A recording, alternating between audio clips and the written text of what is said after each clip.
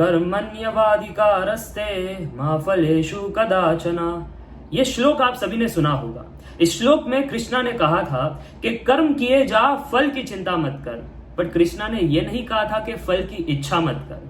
तो अगर आप गेट 2023 की प्रिपरेशन कर रहे हो तो बिल्कुल आपके मन में होना चाहिए कि मुझे AIR अंडर 100 लेकर आना है, डबल डिजिट सिंगल डिजिट लाना है, अच्छी PSU में जाना है, अच्छा MEM टेक करना है, अच्छी रिसर्च करनी है। ये इच्छा आपके अंदर होनी चाहिए। और अगर इच्छा ही नहीं है तो फिर वो मोटिवेट कैसे करेगा। बट इस चीजों की चिंता नहीं होनी चाहिए। बहुत सारे स्टूडेंट हमेशा टेंशन में रहते हैं, सर जी अगर इस बार गेट क्लियर नहीं हुआ तो, सर जी मेरे दोस्त ने तो 2 अटेम्प्ट दिया है उसका नहीं निकला तो मेरा कैसे निकलेगा, सर जी मेरे को घर वाले बहुत प्रेशर कर रहे हैं कि इस बार अगर नहीं किया तो फिर देखो ये कर देंगे वो कर देंगे। अगर आप प्रेशर में चीजें करोगे, अगर आप लड़ोगे, आप पक्का हारोगे। ये इतिहास गवाह है। जो जो लड़ता है अपने आप से वो हारता है, जो जागता है वही जीतता है। तो जागो और सही डायरेक्शन में मेहनत करो। अगर ये कर लोगे तो चीजें हो जाएगी। बहुत सारे स्टूडेंट्स का मैसेज आ रहा था, सर गेट 2023 का एक रोड मैप हमको प्रोवाइड कर दो, एक प्रिपरेशन स्ट्रेटेजी हमको बता दो जिससे हमारी जर्नी स्मूथ रहे। देखो 5 बातें मैं आपको बता रहा हूं और ये 5 बातें मेरे रिसेंट के रैंकर्स ने भी यूज किया था। जो गेट 2022 के रैंकर्स थे, single digit, double digit, triple digit, सभी ने ये 5 चीजों का इस्तेमाल किया था। सबसे पहले वो टाइम फ्रेम फिक्स करते हैं। जैसे अब मार्च खत्म होने जा रहा है और अप्रैल स्टार्ट होने जा रहा है, तो अप्रैल से लेकर के जनवरी इतने महीने आपके पास है। अगर टोटल आप देखो तो 10 महीने ही आपके पास।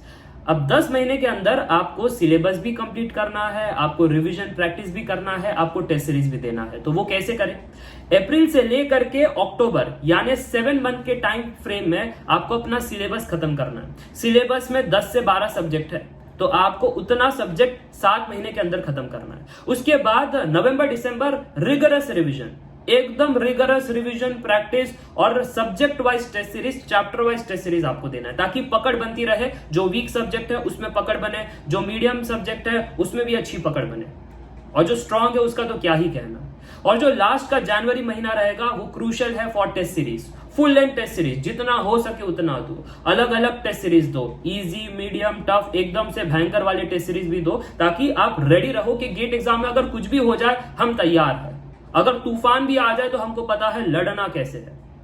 तो पहले टाइम फ्रेम फिक्स करो। अब कुछ स्टूडेंट कहेंगे सर टाइम फ्रेम के बारे में तो समझ में आ गया, बट सर जी अब ये बताओ कि अब 10 महीने को यूटिलाइज कैसे करें। प्लीज मेक अ नोट, 10 महीने पूरे के पूरे आपके पास नहीं है। ये 10 महीने मैंने आइडियल आपको बताया है। प्रैक्टिकली आप कहो तो प्रैक्टिकली आपके पास 10 महीने से कम है, क्योंकि आपका सेमेस्टर एग्जाम भी आने वाला है, आपका कॉलेज का प्रोजेक्ट भी है, आपको प्लेसमेंट्स के लिए भी पढ़ाई करना है, घर पर कुछ काम होगा, हेल्थ खराब होगी, कभी कुछ ना कुछ तो काम निकलेगा। तो आपके पास 10 महीने से कम है। तो अब आपको स्मार्टली प्रिपेयर करना है। वो कैसे करें? देखो, अगर समय आपके पास कम है तो YouTube से पढ़ाई करना थोड़ा टफ हो जाता है। हाँ, अगर आपने मन बना लिया है 2024 गेट के लिए प्रिपेयर कर रहा हूं, YouTube से आराम से प्रिपेयर करो।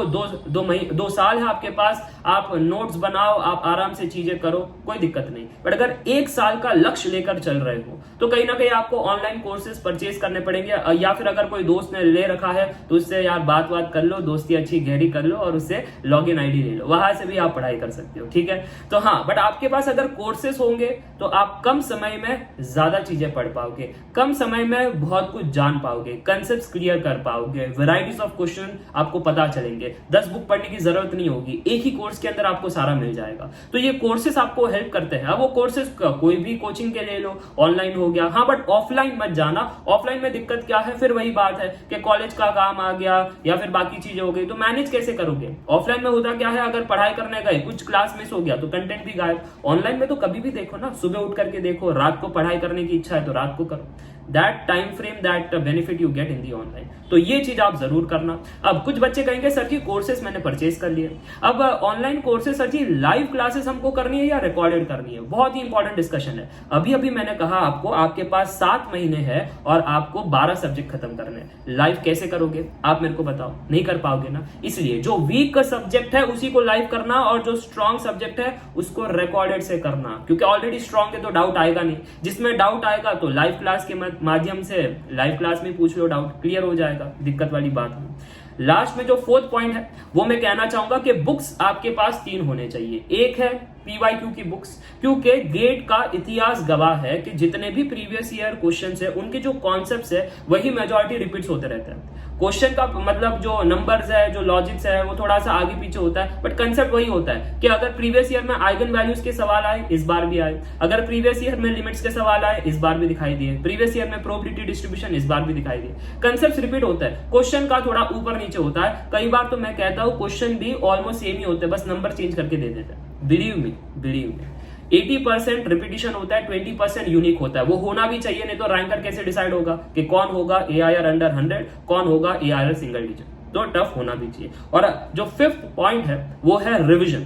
रिवीजन में बहुत सारे बच्चे गलती करते हैं, ये मैं आपको एडवांस में बता रहा हूं, फिर कहना मत कि सर किसी ने मेरे को चेताया नहीं। मैं अभी इस वीडियो के माध्यम से चेता दे रहा हूं, लास्ट में आपको ये ऑप्शन भी नहीं दूंगा कि मेरे को किसी ने बताया नहीं। रिवीजन लोग करते ही नहीं है। सिलेबस कंप्लीट करने के हड़बड़ी में रिवीजन छूट जाता है, रिवीजन भूल जाते हैं।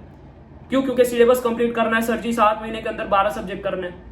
ऐसे करने पर सिलेबस तो खत्म होता है, नोट्स आप बना लेते हो, एकदम प्रॉपर स्ट्रक्चर में आपकी बुक्स रेडी हो जाती है, बट जब वापस से बुक ओपन करते हो ना 7 महीने के बाद, कुछ समझ नहीं आता है, कुछ याद नहीं रहता है। और जो भी गेट 2022 एस्पिरेंट थे, कमेंट करके बताना कि आपके साथ ऐसा हुआ या नहीं, कि सर जी 7 महीने के बाद जब बुक ओपन किया तो हमको शक आ रहा था कि ये मेरी बुक है, ये मेरी हैंडराइटिंग है, मेरे को कुछ समझ क्यों नहीं आ रहा है। तो वो अवॉइड करने के लिए डेली बेसिस पर शॉर्ट नोट्स बनाओ, उसको रिवाइज करो। क्लास में जो भी हुआ है शॉर्ट नोट बनाया, फॉर्मूला लिखा, हाँ उसको रिवाइज करो। Monday to Saturday short note से करो, संडे को कंप्लीट नोट से करो। संडे को प्रीवियस ईयर क्वेश्चन सॉल्व करो, या मेरे ऐप के अंदर Shrenik Jain study simplified app के अंदर हर संडे में टेस्ट सीरीज देता हूं, ताकि जो मंडे टू सैटरडे पढ़ा है उसका टेस्ट सीरीज के फॉर्म में आपको आ गया तो पता चल जाएगा, अरे ये कॉन्सेप्ट मेरा वीक था, तो कंप्लीट नोट्स में जाकर के रिवाइज करो। और जो चीजें स्ट्रांग है वो तो है, उसमें कोई दिक्कत वाली बात नहीं। ऐसे आपको प्लानिंग करनी है। तो ये 5 बातें आपको ध्यान रखनी है। टाइम फ्रेम, फिर बाद में सेकंड मैंने बताया कि 10 महीने नहीं है आपके पास। तीसरा, कौन से सब्जेक्ट्स, कौन सा लाइव करना है, कौन सा रिकॉर्डिंग। 4th, बुक्स के बारे में। और 5th, रिविजन। इसके अलावा अगर आपको कोई प्रॉब्लम है तो कमेंट करके जरूर बता सकते हो। बट लास्ट में इतना ही कहना चाहूंगा कि गहरी सी गहरी रातों के बाद ही उजला सवेरा आता है। बट प्रॉब्लम क्या है, बहुत सारे स्टूडेंट जब रातें गहरी हो जाती है तो डर के मारे बैठ जाते हैं। जो डर के मारे बैठ जाता है वो अपने लक्ष्य तक कभी नहीं पहुंच पाता है। अगर आपको खिलाड़ी बनना है, अगर आपको माहिर बनना है अपने गेम में, तो यार गहरी रातों से डरना मत, क्योंकि जो डर गया वो हार गया, है ना। जो डरा नहीं वही जीता। तो अगर आपको जीतना है तो आपको आगे बढ़ना पड़ेगा, भली कितनी भी घनी रातें हो। बट फैक्ट ये है कि घनी सी घनी रातों के बाद ही उजला सवेरा आता है। So students who don't give up will only travel this long journey. अगर आपको असली में गेट में अच्छा परफॉर्म करना है तो वो आपका रीजन होना चाहिए, why do you want to do it, internal motivation होना चाहिए, तो आप कर जाओगे। इसी के साथ ये वीडियो एंड करता हूँ। Till then take care, bye bye for now, see या।